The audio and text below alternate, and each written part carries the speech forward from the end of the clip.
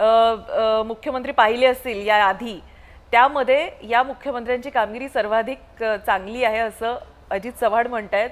या आधीचे म्हणजे अर्थातच खास करून काँग्रेसचे मुख्यमंत्री थेट तुमच्याकडे इशारा आहे। कपिल ढोके, मुळात मुख्यमंत्री कोणते चांगले आणि कोणते वाईट अशी तुलना केल्यापेक्षा या 1 वर्षाच्या कार्यकाळामध्ये महाराष्ट्र कशा पद्धतीनं चाललाय हे सुद्धा पाहणं तेवढंच महत्त्वाचं आहे। आपण जर पाहिलं असेल तर आमचे मित्र आता अजितजींनी 32,000 कोटींच्या पॅकेजचा उल्लेख या ठिकाणी केला की महाराष्ट्रावर संकट आलं पण 32,000 कोटी रुपये आपल्याला द्यावं लागले। या 1 वर्षामध्ये आपण ज्या काही गोष्टी कबूल केल्या होत्या त्या लोकांपर्यंत पोहोचल्या का याचं सुद्धा उत्तर प्रामाणिकपणे अजितजी आणि भाजपच्या सगळ्या लोकांनी दिलं पाहिजे।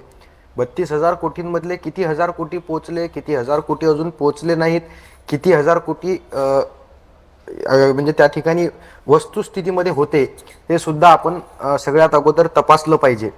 या 1 वर्ष महायुतीच्या सरकारनं पूर्ण केलं त्याबद्दल वर्षपूर्ती निमित्त आम्ही त्यांचं अभिनंदन जरूर करू, परंतु या वर्षामध्ये निवडणुकीच्या वेळी आता जसं लाडकी बहीण योजनेचे शिल्पकार म्हणून तिन्ही लोक मिरवतात, हे तिन्ही लोक सांगत होते की 1,500 रुपयाचा महिना 2,100 रुपये करू, तो या वर्षभरामध्ये झाला काय? निश्चितच झाला नाही।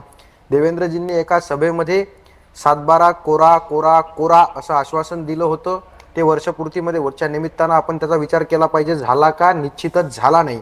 शेतकऱ्यांच्या मालाला भावांतर योजना लागू करू असं आश्वासन दिलं होतं, भावांतर योजना महाराष्ट्रामध्ये कुठल्या मार्केटमध्ये दिल्या जाते याचं सुद्धा उत्तर भाजपच्या लोकांनी दिलं पाहिजे। शेतकऱ्यांच्या कर्जमाफीच्या संदर्भातला मुद्दा मी आधीच सांगितला, तो सुद्धा कायम आहे। आजही आपण जर महिला सुरक्षिततेचा मुद्दा पाहिला तर महाराष्ट्रामध्ये महिला सुरक्षित आहेत का? निश्चितच नाही। सायबर क्राईमचा रेशो जर आपण त्या निमित्तानं पाहिला तर दर दिवसाला 24 बलात्काराची प्रकरणं महाराष्ट्रामध्ये यांच्याच काळामध्ये घडत आहेत, हे सुद्धा आपण पाहिलं पाहिजे।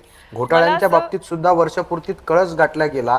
यांचे केंद्रीय मंत्री पुण्यात जैन बोर्डिंगच्या जमिनीचा घोटाळा करण्यात अग्रेसर होते। उपमुख्यमंत्र्यांचे पुत्र पार्थ पवार 1,800 कोटीची जमीन 300 कोटी रुपयाला घेतात व कोट्यवधी रुपयाचा महसूल बुडवतात, हे सुद्धा यांच्याच काळामध्ये झालं।